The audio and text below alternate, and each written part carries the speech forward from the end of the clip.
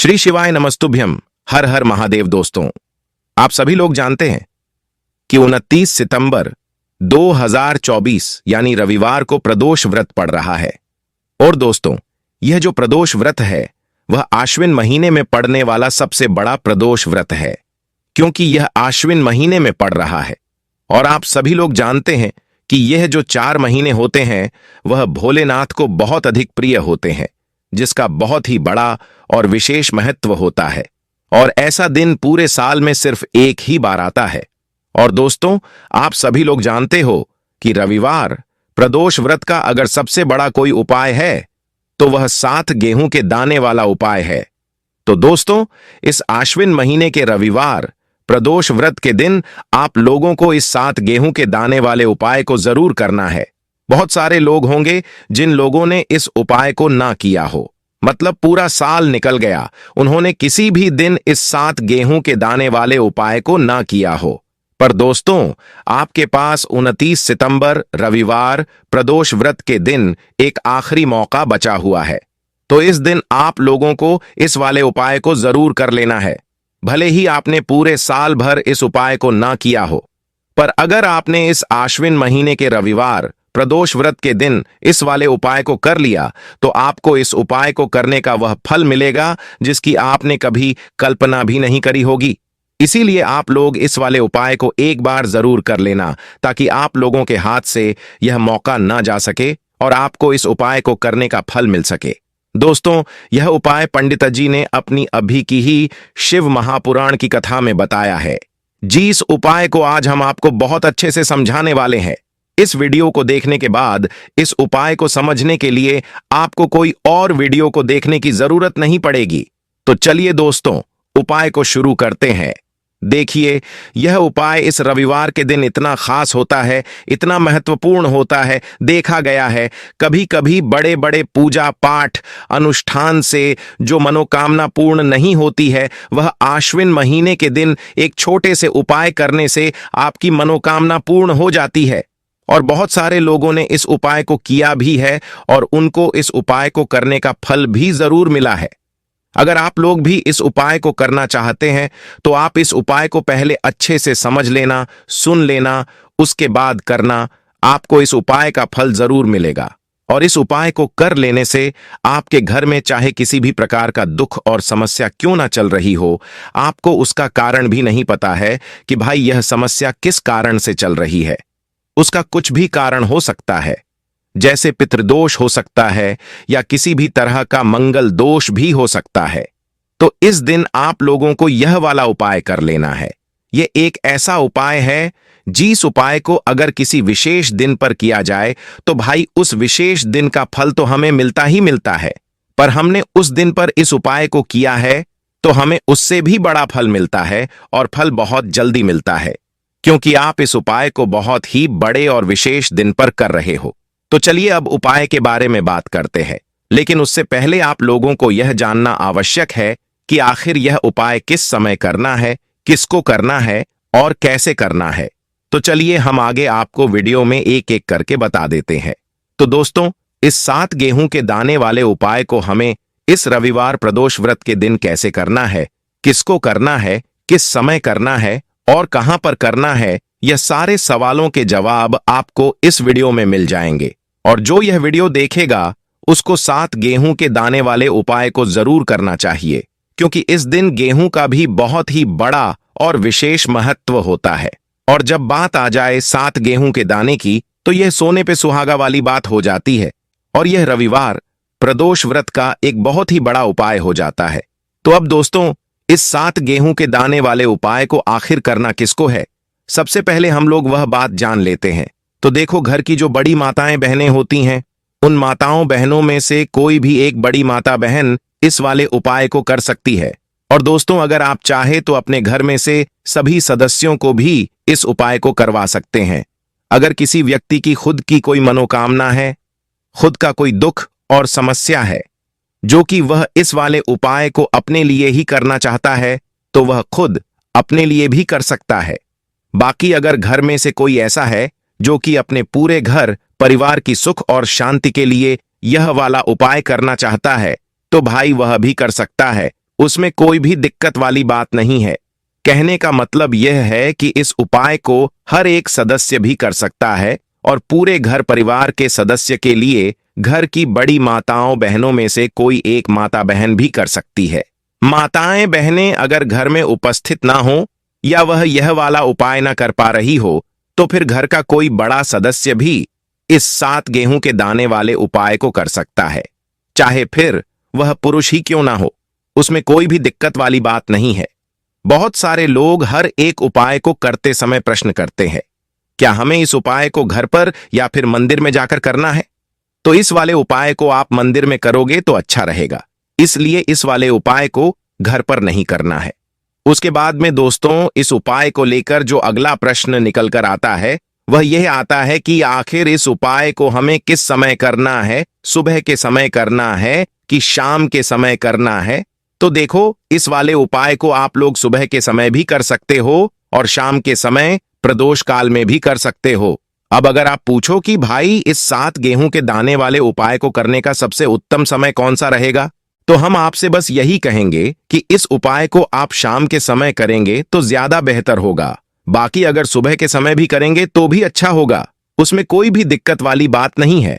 तो अब दोस्तों, जो अगली सबसे बड़ी और महत्वपूर्ण बात आती है वह यह आती है कि अगर सुबह हम उपाय को करेंगे तो हमें कितने बजे से लेकर कितने बजे तक के बीच में करना है, और शाम के समय प्रदोष काल में करेंगे तो हमें कितने बजे से लेकर कितने बजे के बीच में करना है। तो देखो, सुबह जितनी जल्दी हो सके आप उपाय को करने की कोशिश करना। बाकी अगर किसी कारणवश लेट भी हो जाओ, थोड़ी देर भी हो जाए, तो 10 या 11 बजे तक भी आप उपाय कर लेना, पर 12 बजे से ज्यादा देरी ना हो, इस बात का ध्यान रखना। उसके बाद में दोस्तों, अगर शाम के समय प्रदोष काल की बात करें, प्रदोष काल का जो समय होता है वह शाम के 6 बजे से शुरू हो जाता है।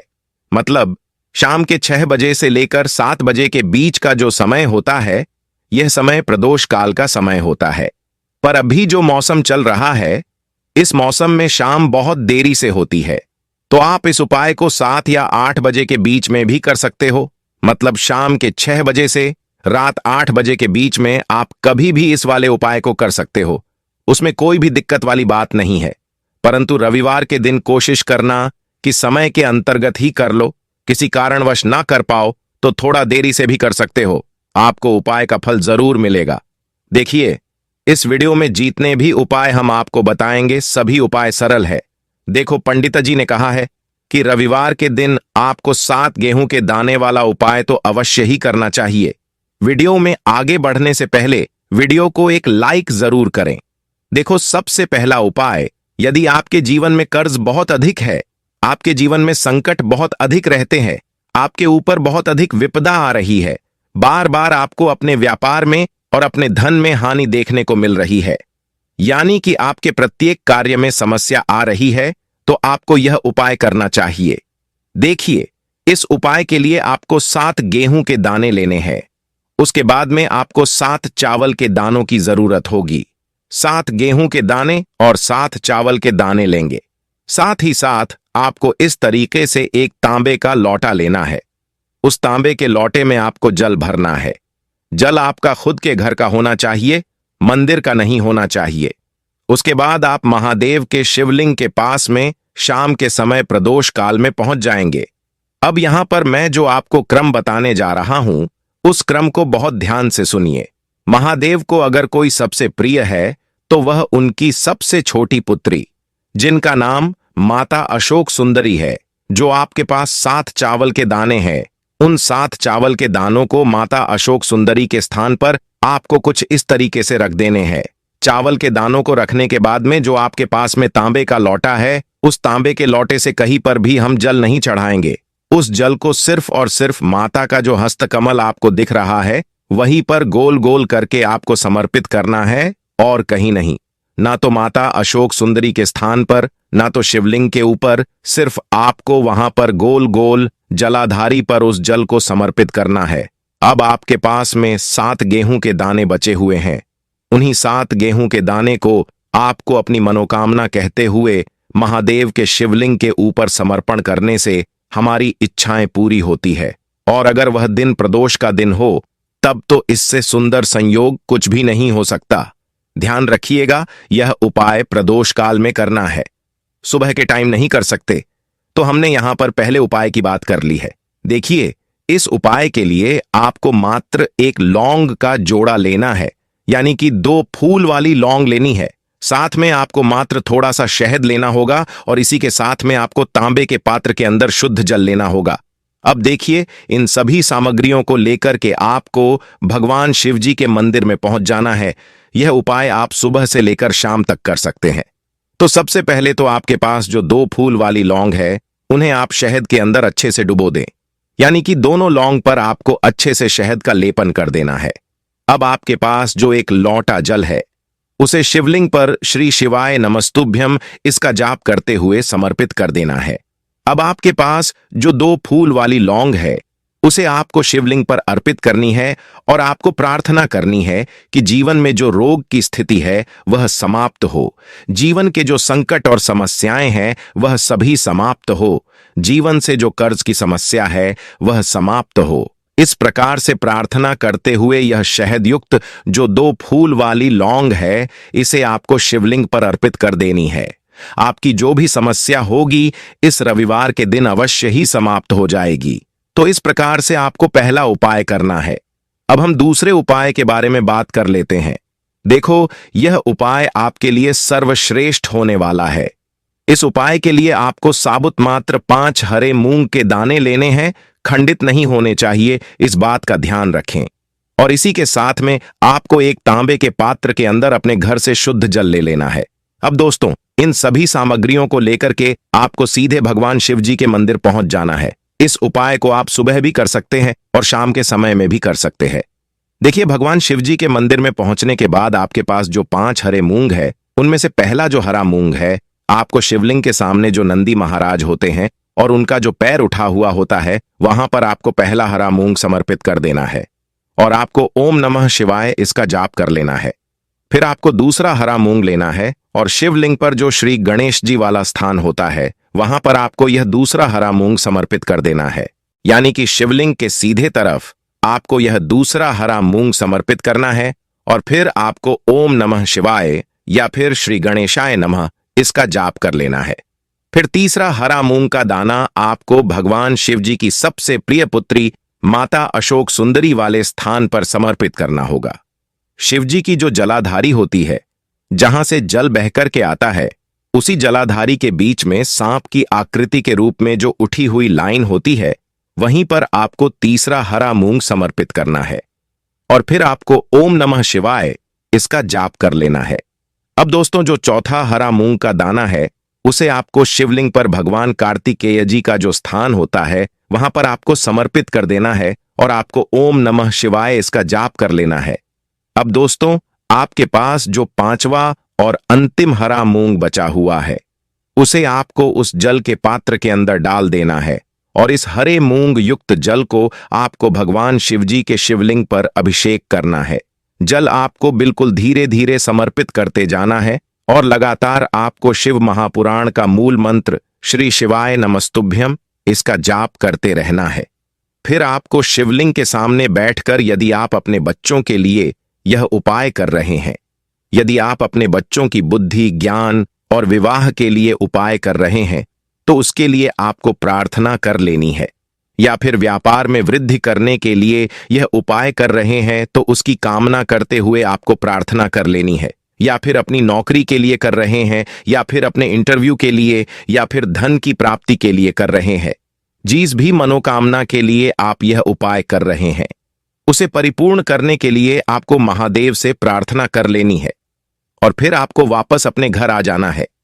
पूज्य पंडित जी ने कहा है कि जो भी व्यक्ति इस उपाय को कर लेता है, तो यकीन मानिए आपके जीवन की जो सारे संकट, कष्ट और बाधाएं हैं, वह सभी समाप्त होंगे। अब हम अगले उपाय की बात करते हैं। इस उपाय के लिए आपको एक दीपक लेना है। दीपक आप मिट्टी का भी ले सकते हैं और शुद्ध आटा मढ़कर उसका दीपक भी आप तैयार कर सकते हैं। दीपक के अंदर आपको गोल बाती और शुद्ध घी का प्रयोग करना है। इसी के साथ में आपको मात्र एक फूल वाली लौंग लेनी होगी। अब यह एक दीपक और एक फूल वाली लौंग लेकर के सीधा आपको बरगद के वृक्ष के वहां पर पहुंचना है। सबसे पहले तो आपके पास जो एक फूल वाली लौंग है उसे आपको बरगद के वृक्ष की जड़ में समर्पित करना है। अगर आपके जीवन में कोई भी बड़ा संकट आने वाला है, कोई भी बड़ा कष्ट आने वाला है, तो वह इस उपाय के माध्यम से दूर होने वाला है। महादेव की विशेष कृपा रहेगी कि जो भी संकट आपके जीवन में आने वाला होगा वह भी दूर हो जाएगा। तो आपको बरगद के वृक्ष की जड़ में एक लौंग समर्पित करनी है और वहीं पर आपको गोल बाती वाला दीपक जो आप लेकर गए हैं उसे भी वहां पर प्रज्वलित कर देना है। जब भी आपको जीवन में ऐसा लगने लगे कि आपके जीवन में कुछ भी अच्छा नहीं चल रहा है, तब आपको यह उपाय करना है। अब हम चौथे विशेष उपाय के बारे में जान लेते हैं।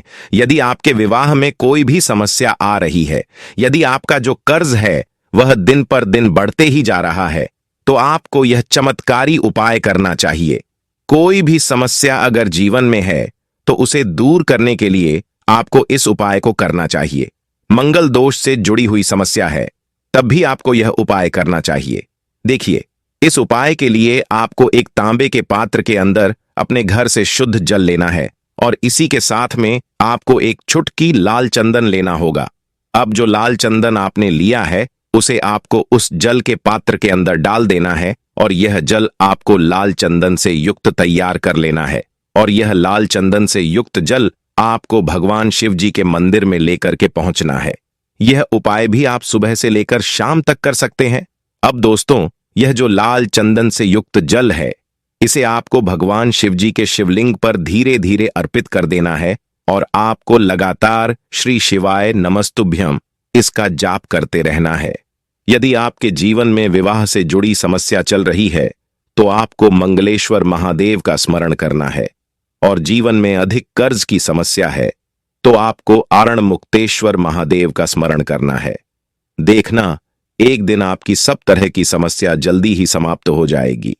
तो इस प्रकार से आपको यह चौथा उपाय करना है। अब हम अंतिम और पांचवें उपाय के बारे में जान लेते हैं। यह जो उपाय है विशेषकर आपको हनुमान जी के वहां पर ही करना होगा।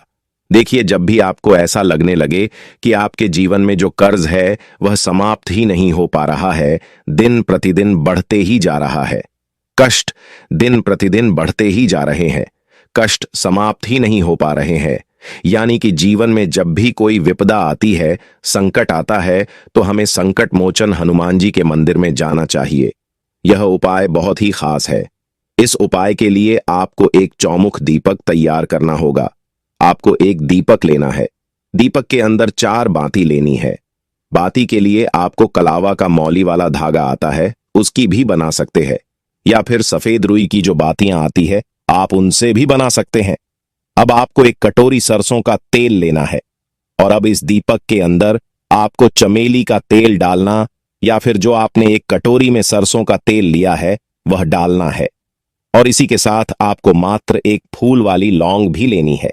अब जो यह दीपक और लौंग है, इन दोनों को लेकर आपको हनुमान जी के मंदिर पहुंचना है।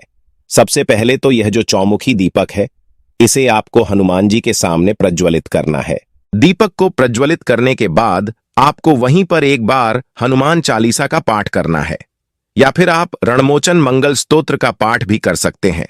अब आपके पास जो एक फूल वाली लौंग है उसे आपको अपने सीधे हाथ पर रखनी है और आपको हनुमान जी से प्रार्थना करनी है कि जीवन के जो भी संकट है, विपदा है, समस्या है, वह सब आपकी कृपा से दूर हो। और यह जो एक लौंग है उसे भी आपको उस चौमुखी दीपक के अंदर डाल देनी है और अपनी मनोकामना बोल देनी है। पंडित जी कहते हैं कि कुछ दिनों में ही आपकी सभी मनोकामना पूरी हो जाएगी। तो इस प्रकार से यह सुंदर सा और सरल सा उपाय करना है। देखो, आज की वीडियो में हमने आपको जितने भी उपाय बताए हैं सभी उपाय बहुत ही सरल है जो आपको करने हैं। देखना, आपके जीवन के सारे संकट और कष्ट दूर होंगे। और पंडित जी ने कहा है कि रविवार के दिन आपको चौमुख दीपक वाले उपाय को अवश्य ही करना चाहिए। इससे आपके जीवन से चारों तरफ से आने वाले संकट दूर हो जाएंगे। तो दोस्तों, आज के इस वीडियो में हमने आपको 5 महा उपाय बताए हैं। जो भी आपको आसान लगे वह आप कर सकते हैं। उपाय को करते समय किसी भी प्रकार की गलती ना करें। अगर आपको हमारी वीडियो पसंद आई हो तो वीडियो को लाइक और चैनल को सब्सक्राइब जरूर करें। हर हर महादेव। ओम नमः शिवाय।